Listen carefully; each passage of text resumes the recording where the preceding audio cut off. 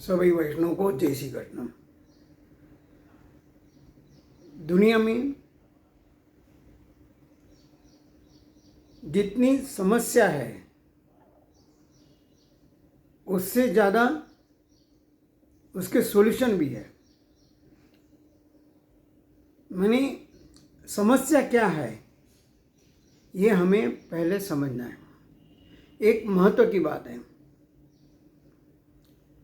मानव जीवन में कई बार ऐसी परिस्थिति आती है, कठिनाई आती है, मुश्किलें आती है, जिसमें से हम आसानी से बिना मने तकलीफ के बाहर निकल आते हैं। ऐसा लगता है कि कोई अद्भुत शक्ति ने हमें मदद की है। अद्भुत शक्ति माने परमात्मा ही है।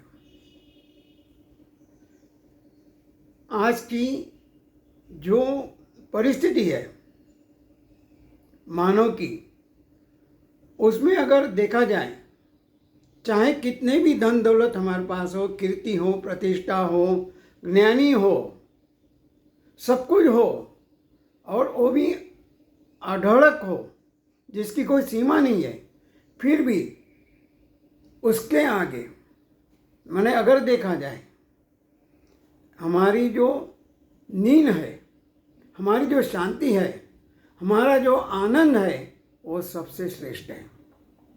वो जिसके पास है वो दुनिया का सबसे श्रेष्ठ आदमी है, मानव है। नींद, शांति और आनंद। हम आनंद है ना हर एक चीज़ों में देख रहे हैं, बाहर देख रहे हैं। बाहर के जो आनंद है, सुख है, सुविधाएं है, वो सिर्फ क्षणिक है। आज है तो कल नहीं, कल है तो परसों नहीं। लेकिन जो शाश्वत आनंद है वो हमारे अंदर है। हमें अपने आप ढूंढ के निकालना है। इसलिए भगवान ने स्थित प्रज्ञ का यही लक्षण बताया है, सुख दुख के समय कृता लाभा लाभो जयालु। सुख आने से भी मैं ज़्यादा उछलूंगा नहीं, चंचल नहीं बढ़ूंगा, और दुख आने से भी मैं गिरूंगा नहीं। क्योंकि हमारे वहाँ जो ऋषियों ने, मुनियों ने, ऋषि मुनियों ने, संतों ने, हमारे बुजुर्गों ने हमने जो मार्ग बताया है उस पर अगर हम अमल करेंगे, चलेंगे, तो हमें दुनिया की कोई ताकत नहीं है कि हमें परेशान कर सके। हमारे वहाँ तन का जो है स्नान करने से, मन का है ध्यान करने से, धन का है दान करने से, आत्मा का है प्रार्थना करने से, जीवन का है योग करने से, दूसरों को क्षमा करना, ये भी हमारा एक संस्कार है। और ये जिसका शुद्ध है वो जीवन में हमेशा सुखी रहता है, आनंदी रहता है। सुखी नहीं, आनंदी। क्योंकि बार बार कहूँगा, सुख के साथ दुख है, लेकिन आनंद के साथ परमानंद है, और परमानंद के बाद ब्रह्मानंद का स्थान है।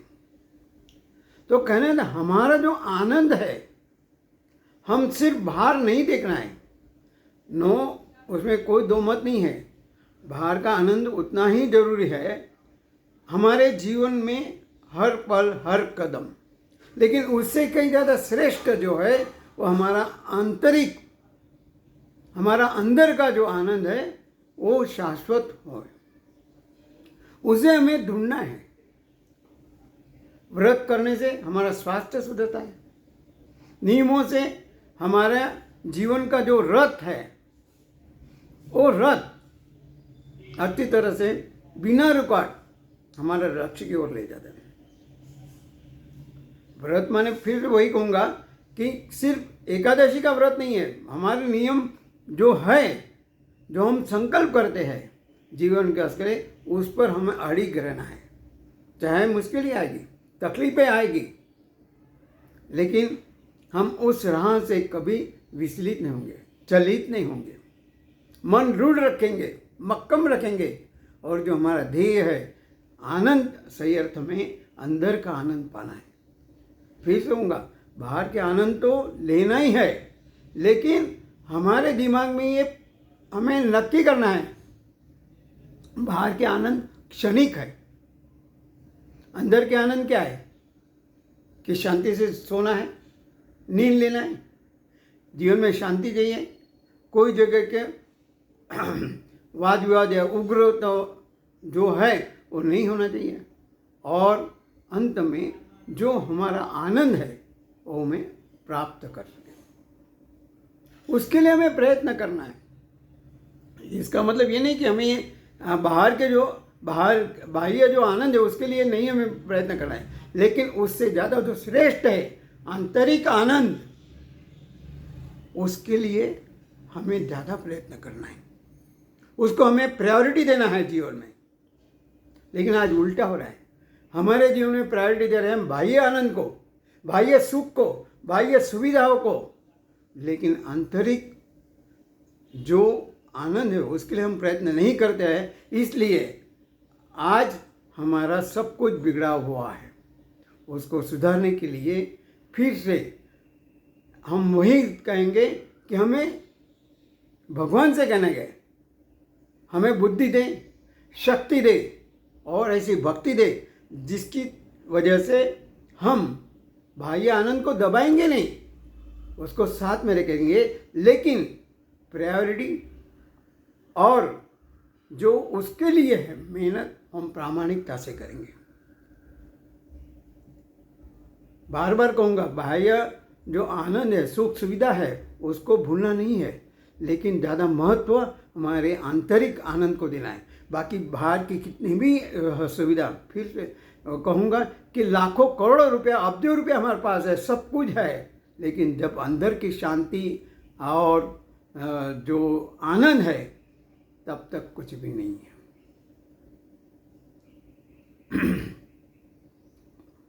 इसलिए भगवान से हम यही प्रार्थना करेंगे कि हमारे जीवन में हम आनंद पाने के लिए मन मक्कम करेंगे।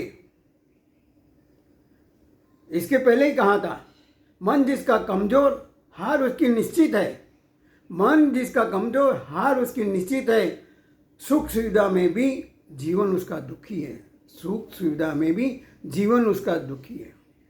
तो हमें अपना मन मक्कम करना है, और मुश्किलें होगी उसमें से हमें आसानी से बाहर निकल आए। इसलिए आज भगवान से यही संकल्प करते हैं कि भगवान हमें शक्ति दे, भक्ति दे। इसी शुभकामना के साथ सभी वैष्णवों को जय श्री कृष्ण।